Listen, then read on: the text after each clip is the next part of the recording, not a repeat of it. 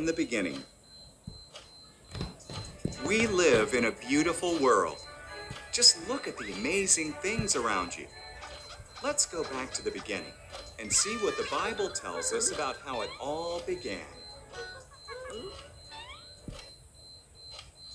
In the beginning, God made the heavens and the earth. God moved over the darkness and said, "Light." He called the light day, and he called the darkness night. Day one, done. Then God made a space to separate the waters above from the waters below. He called the space sky. Day two, done.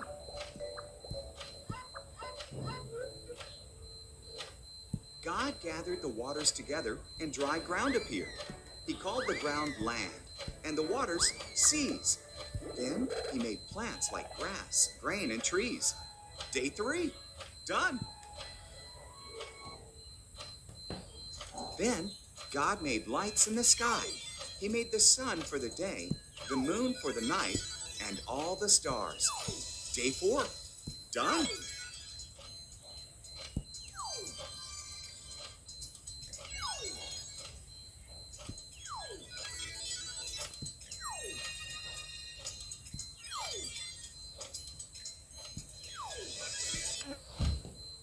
God made fish to swim in the waters and birds to fly in the sky. Have babies, he told them. Fill the world with splashing and singing. Day five, done. Next, God made animals. He made farm animals, wild animals, and animals that crawl on the ground. Just one more thing to make, God said. The most special thing of all.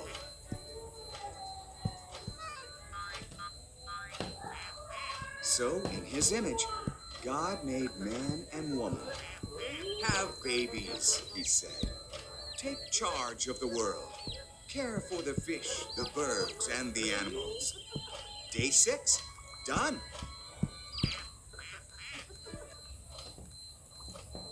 Then, God looked at everything he had made. It's very good, he said. So, on the seventh day, he rested and made that day special. Day seven, done.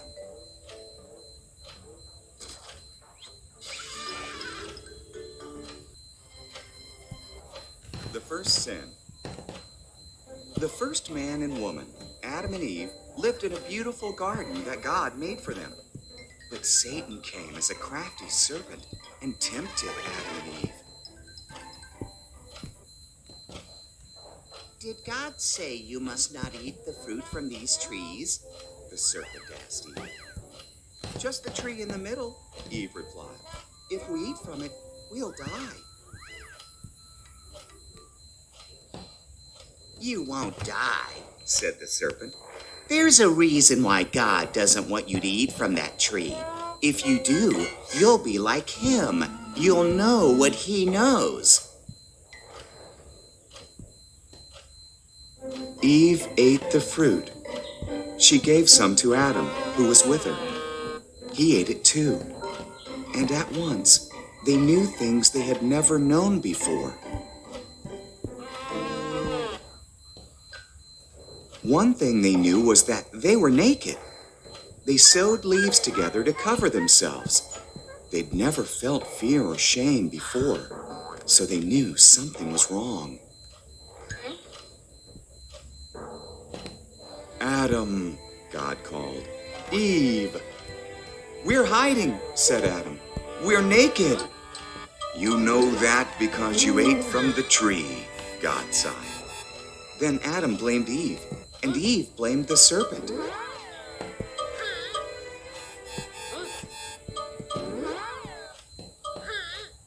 God said, Serpent, you must crawl on your belly. A woman's son will defeat you. Eve, childbirth will be painful. Adam, growing food will be difficult.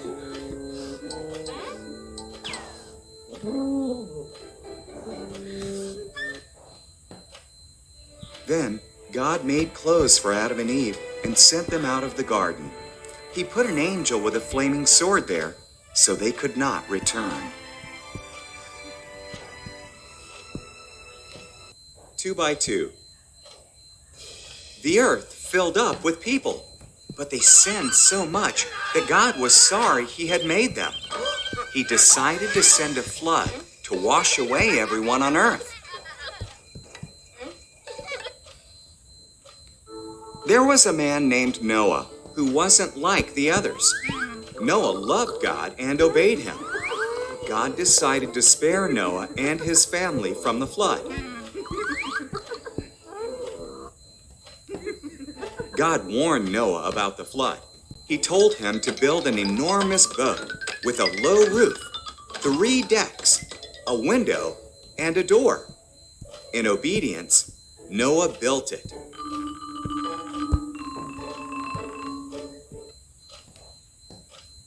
God told Noah to collect 2 of every kind of animal, 1 male, 1 female. Then Noah, his family, and the animals went into the boat. God shut the door.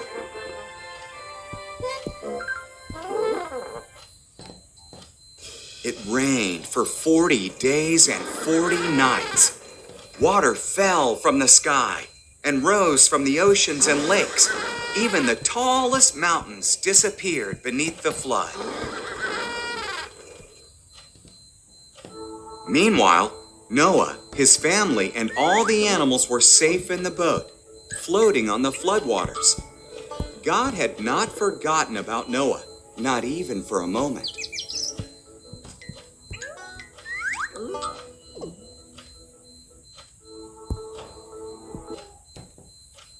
God sent a wind to blow. The waters went down. The boat rested on Mount Ararat. Noah sent out a dove. When it didn't return, he knew it was safe. When the ground was dry, God told them to come out.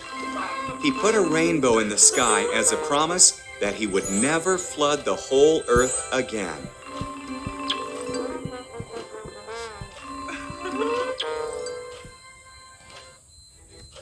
God's amazing promise. Abraham lived in Haran. Abraham, God said, I want you to leave Haran and go to another land. God didn't tell Abraham where that was. Trust me, God said. Do this, God said, and your children will become a great nation. How? Abraham wondered. His wife Sarah was too old to have children. Trust me, God said. Go where I tell you, God said, and you will have more descendants than there are stars in the sky. They will bless the whole world. Trust me.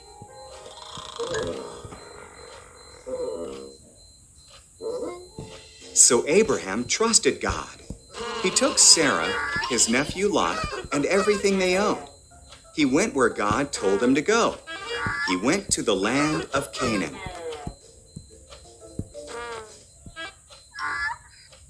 When he arrived, Abraham camped at Shechem. God appeared to him. I will give this land to you and your children, God said. Abraham built an altar to God there.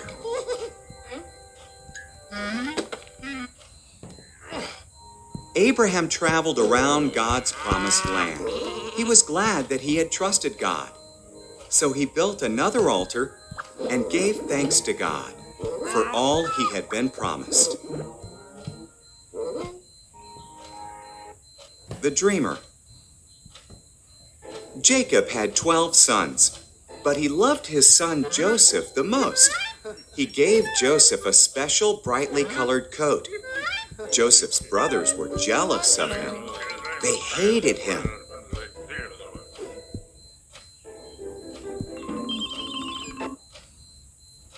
Joseph also had special dreams.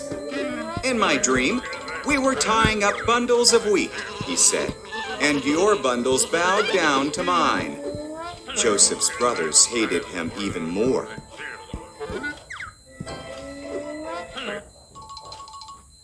Joseph had another dream. The sun, the moon, and 11 stars bowed down before me. His father and brothers grumbled. Are you saying you will rule over us?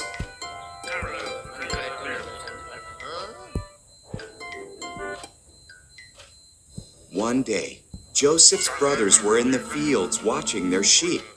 They saw him coming to see them. They planned to kill him and put an end to all his dreams. It would be wrong to kill our brother, said Reuben. Let's throw him in this empty well. So they tore off Joseph's special coat and threw him into the well.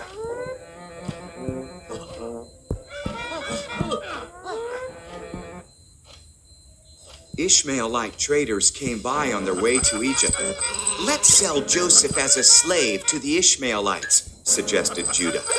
So the brothers sold Joseph for 20 pieces of silver. The brothers dipped Joseph's coat in goat's blood and showed it to Jacob. My son is dead, he wept. Meanwhile, Joseph was taken to Egypt, but God was with Joseph. In Egypt, the Ishmaelites sold Joseph to Potiphar, one of Pharaoh's captains. God blessed Joseph and made him successful. Potiphar put Joseph in charge of his whole household.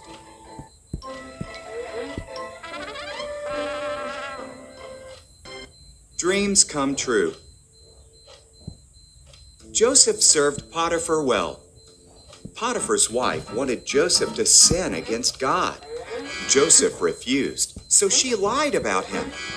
Potiphar believed her, and Joseph was thrown into prison.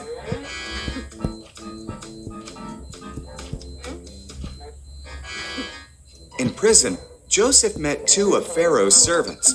They each had dreams, and God showed Joseph their meaning. Joseph's explanations came true. The cupbearer was released, and the baker was hanged.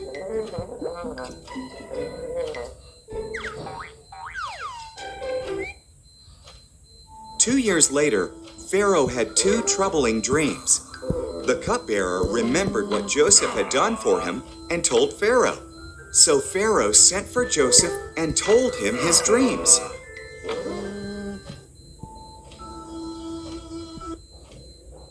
God showed Joseph the meaning of Pharaoh's dreams. For 7 years, a lot of food will grow, said Joseph. So store up food because 7 years of famine will follow. Pharaoh was impressed by Joseph's wisdom, so he put Joseph in charge of storing up all the food. Apart from Pharaoh, no one in Egypt was more powerful than Joseph.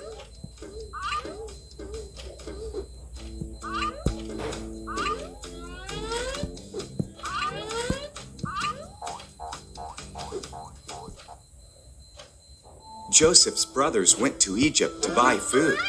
They bowed before Joseph, but did not recognize him.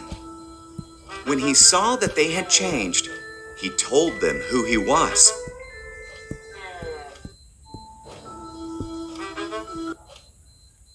The brothers were terrified. You meant to harm me, Joseph said, but God used that for good. Bring all of our family to Egypt. We will have plenty to eat.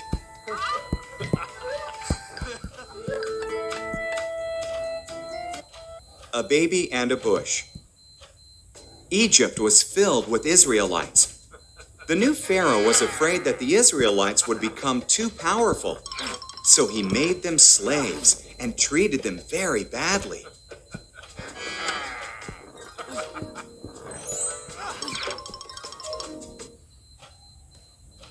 Pharaoh ordered that all baby Israelite boys had to be killed. One woman put her baby in a basket and hid him by the river's edge. His sister watched him.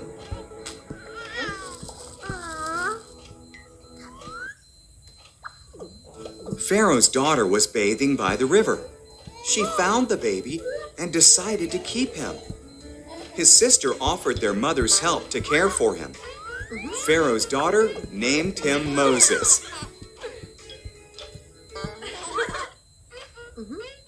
Moses grew up. One day, he saw an Egyptian beating an Israelite. Moses killed the Egyptian. Then he fled to Midian and was a shepherd for 40 years.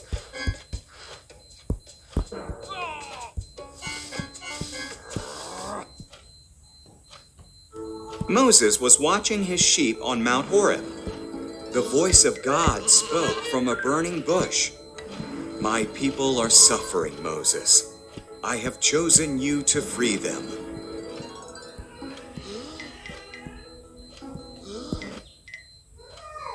"I can't," Moses cried. "I'll help you," God promised. "Throw down your staff." Moses did. It turned into a snake. When he picked it up, it was a staff again.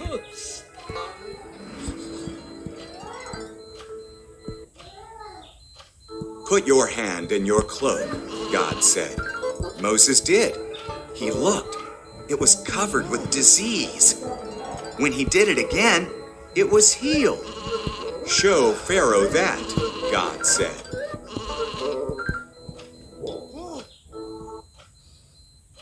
"I'm not a good speaker," said Moses.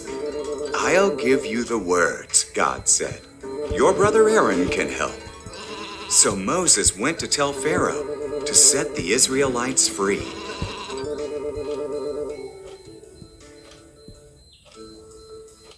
"Let my people go." Moses and Aaron told Pharaoh, "The God of the Israelites says you must let his people go free. Otherwise, bad things will happen to you." But Pharaoh would not listen.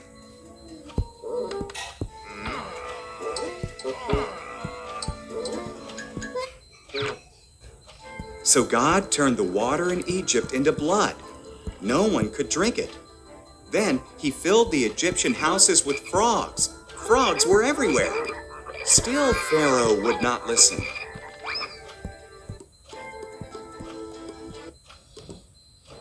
So God filled the skies of Egypt with gnats. They covered the people like dust. Then he struck the land of Egypt with flies. Still, Pharaoh would not listen.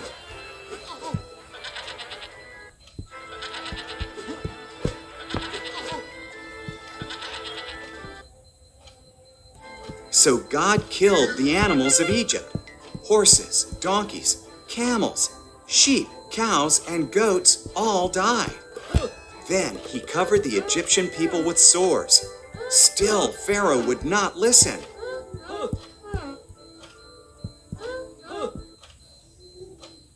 God sent hail to crush the crops of Egypt. Their barley and flax were destroyed. Then he sent locusts to eat what fruit remained. Still, Pharaoh would not listen.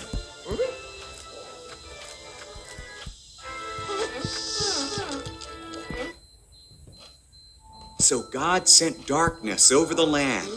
But again, Pharaoh would not listen. God said, "I will kill every firstborn son in Egypt, and all the firstborn of the animals. My people must kill a lamb, eat it, and put its blood on their doorposts. I will see the blood and pass over their houses. Those children will not die."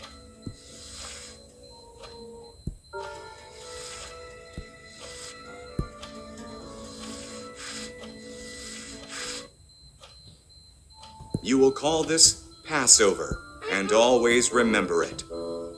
The Israelites obeyed God, but the Egyptian firstborn sons died, even Pharaoh's son. Finally, Pharaoh listened. He let the Israelites go.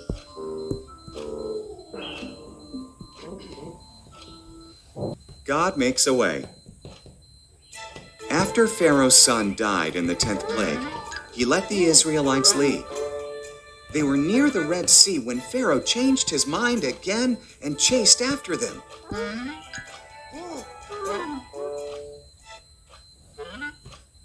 When the Israelites saw Pharaoh's chariots, they were terrified. But God told Moses to raise his staff toward the Red Sea. God sent a strong wind and parted the sea. A dry path appeared, and the Israelites walked straight through the Red Sea. There was a wall of water on each side of them. They arrived safely on the other side. Pharaoh and his army followed them into the sea. God told Moses to stretch out his hand. Then the sea rolled back again, and Pharaoh and his army all drowned.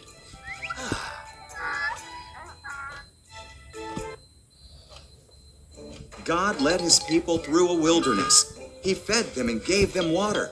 They camped at Mount Sinai, where God told Moses to meet him on the mountaintop. Surrounded by fire and smoke, Moses climbed to the top, and God came down to meet him.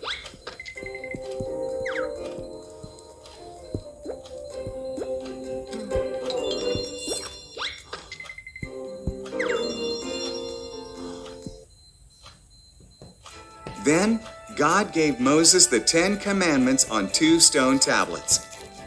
Don't worship other gods. Don't make idols. Treat my name with respect. Treat the Sabbath day as a special day.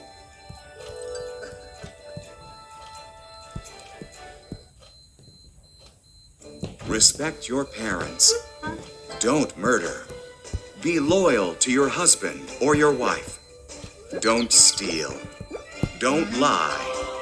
Don't envy people or what they own. Now, the people knew how to obey God.